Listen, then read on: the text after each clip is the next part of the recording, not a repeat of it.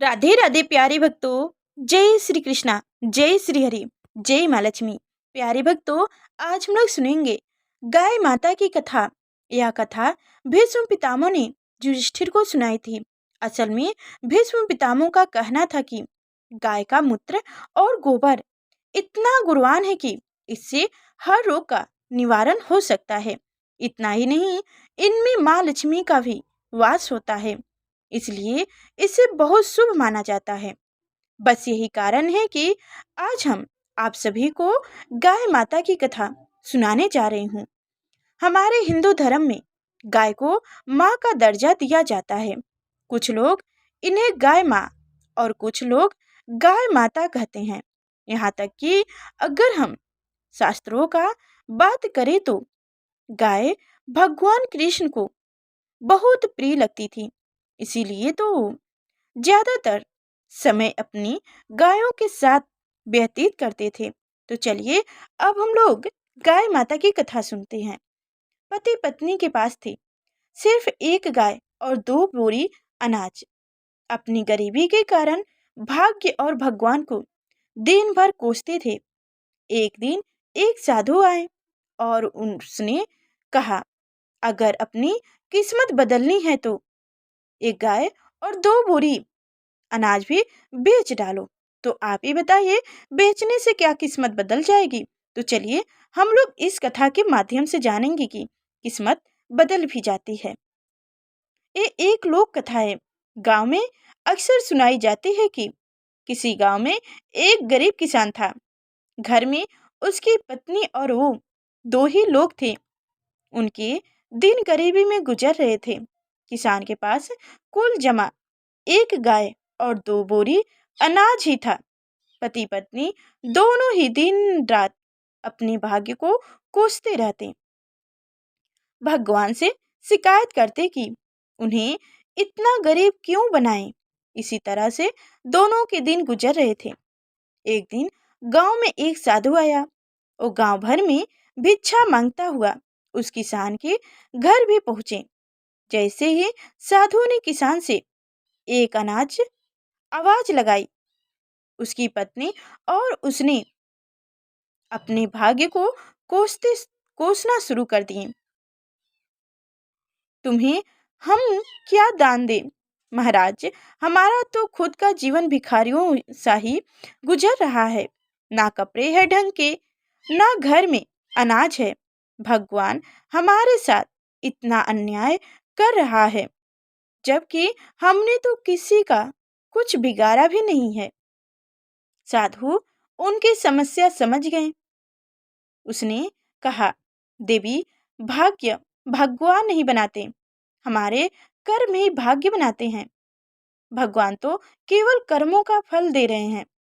किसान और उसकी पत्नी ने फिर जवाब दिया, बाबा, हमने ऐसा कौन से पाप किए हैं जो ऐसा जीवन भुगत रहे हैं? हमने तो कभी किसी कोई पाप किया ही नहीं, लेकिन कभी भी घर में एक गाय और दो बोरी अनाज से ज्यादा कुछ रहता ही नहीं। साधु ने कहा, अगर तुम ज्यादा धन चाहते हो तो मैं एक उपाय तुम्हें समझाता हूँ। जैसा मैं कहता हूँ तुम वैसा ही करो। अगर तुम मेरा कहना मानोगे तो जरूर तुम्हारे पास भी बहुत धन और संपत्ति होगी। दोनों पति पत्नी साधु के चरणों में बैठ गए। दोनों ने कहा कि जो आप कहेंगे हम वही करेंगे।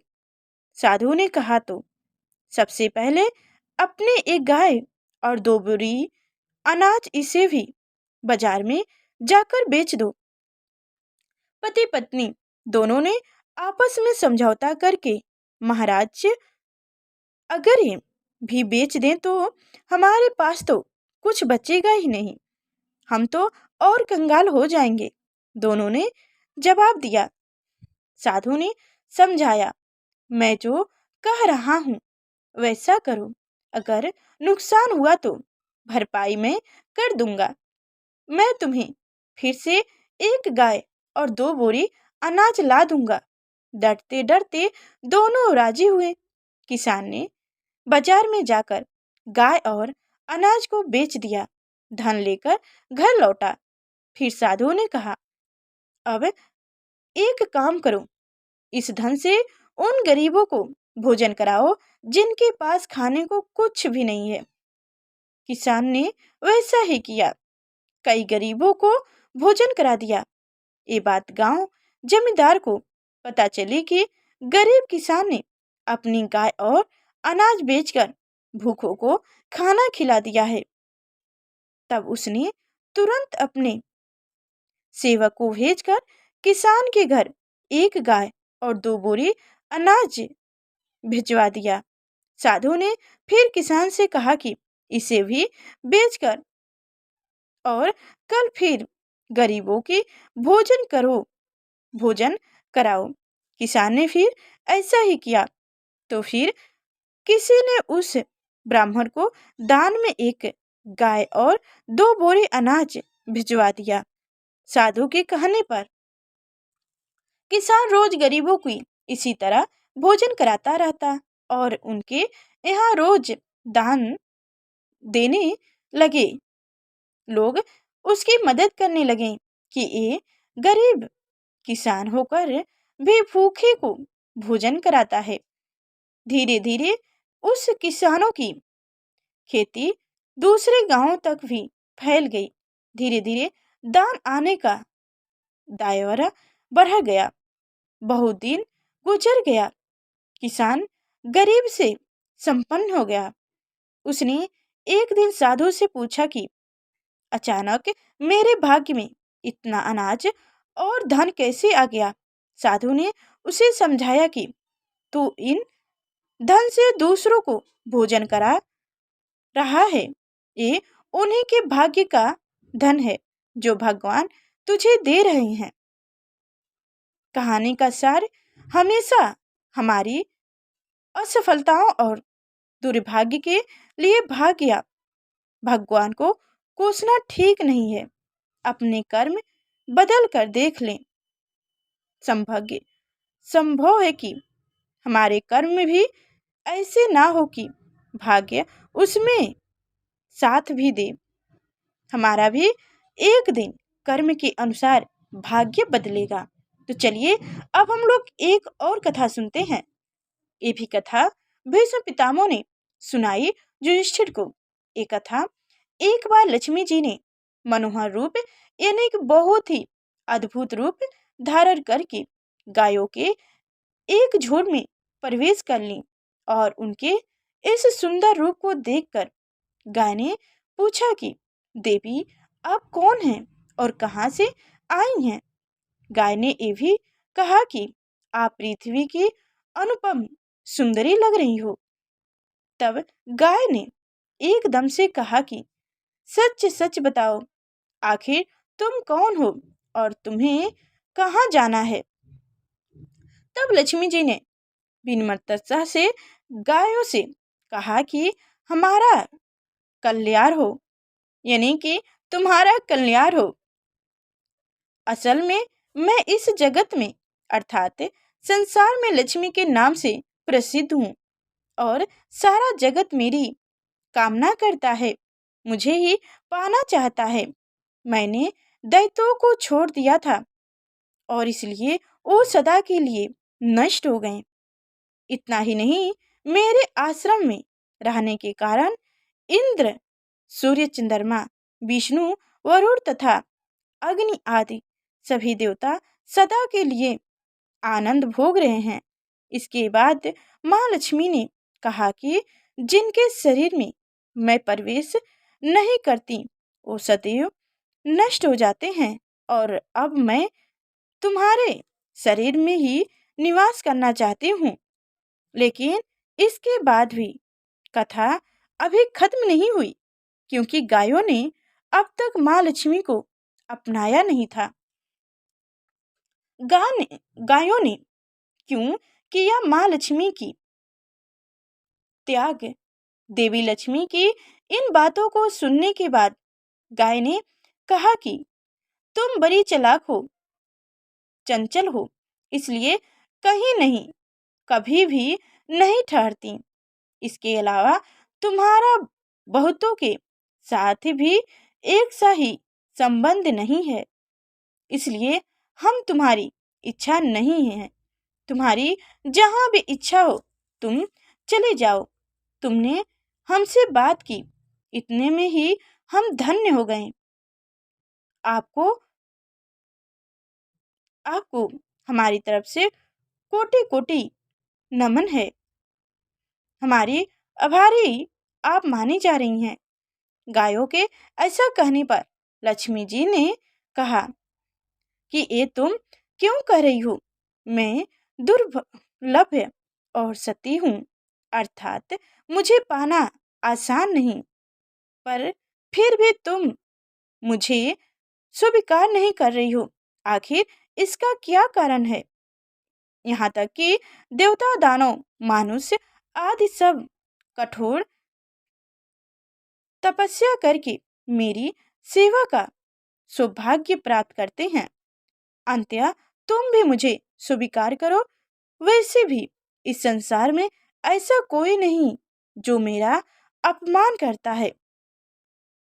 ये सब सुनकर गायों ने कहा कि हम तुम्हारा अपमान या अनादर नहीं कर रहे हैं, केवल तुम्हारा त्याग कर रही हूँ, और वो भी सिर्फ इसलिए क्योंकि तुम्हारा मन बहुत चंचल है। तुम कहीं भी जमकर नहीं रहती, अर्थात एक स्थान पर नहीं रुक सकती हो। इसलिए अब बत्तीसा करने से, बातचीत करने से कोई लाभ नहीं हो तो तुम जाओ, जहाँ जाना चाहती हो जा सकती हो। इस तरह से गायों ने माँ लक्ष्मी का त्याग कर दिया, क्योंकि गायों को मालूम था कि लक्ष्मी कभी किसी के पास नहीं रहती, बल्कि पूरे संसार में घूमती है। पर फिर भी माँ लक्ष्मी ने हार नहीं मानी, और इतना सब होने के बाद भी वार्तालाप जारी रखी। अब आखिर मैं माँ लक्ष्मी ने कहा, गायो तुम दूसरों को आदर देने वाली हो, और यदि तुमने ही मुझे त्याग दिया तो सारे जगत में मेरा अनादर होने लगेगा। इसलिए तुम मुझ पर भी अपनी कृपा करो। मैं तुमसे केवल सम्मान चाहता हूँ। तुम लोग सदा सबका कल्याण करने वाली हो, पवित्र और सौभाग्यवती हो। तुम मुझ पर भी बस आज्ञा दो कि मैं तुम्हारे शरीर के किस अंग में निवास करूं। इसके बाद गायों ने भी अपना मन बदल दिया, और गायों ने कहा, ये हमारा बहुत ही यादृच्छिक है, हमारा बहुत ही कहते हैं भाग्य है। हमें तुम्हारा सम्मान अवश्य करना चाहिए। इसलिए तुम हमारे गोबर और मूत्र में निवास करो, क्योंकि हमारे ये दोनों वस्तु ही परम पवित्र है। तब माँ लक्ष्मी ने कहा, धन्यवाद और धन्य भाग मेरे, जो तुम लोगों ने मुझ पर अनुग्रह किया, यानी मेरे प्रति इतनी कृपा दिखाई। मैं अवश्य ऐसा ही करूंगी। मैं सदैव तुम्हारे गोबर और मूत्र में ही निवास करूंगी। दुखदायिनी गायों, अर्थात सुख देने वाली गाय, तुमने मेरा मान रख लिया। अंत्य तुम्हारा भी कल्याण हो। बस यही वजह है कि गाय की इन दिनों में इन दो वस्तुओं को लक्ष्मी का ही रूप समझा जाता है। इस कथा को सुनने के बाद ये तो समझ आ गई होगी कि गाय का धार्मिक ग्रंथों के अनुसार कितना महत्व है। प्यारे भक्तों, हमारे गाय माता की कथा कैसी लगी कमेंट में अवश्य बताइएगा। और अभी तक हमारे चैनल को सब्सक्राइब नहीं किए हैं तो सब्सक्राइब करके बेल आइकन की घंटी दबा दें, ताकि आगे जो मैं ऐसी कथा लेकर आऊँ तो सबसे पहले आप तक नोटिफिकेशन पहुँचे, जो मेरी कथा को आप समय से सुन सकें। तो चलिए फिर चलते हैं, फिर मिलेंगे नेक्स्ट वीडियो में। तब तक के लिए धन्यवाद।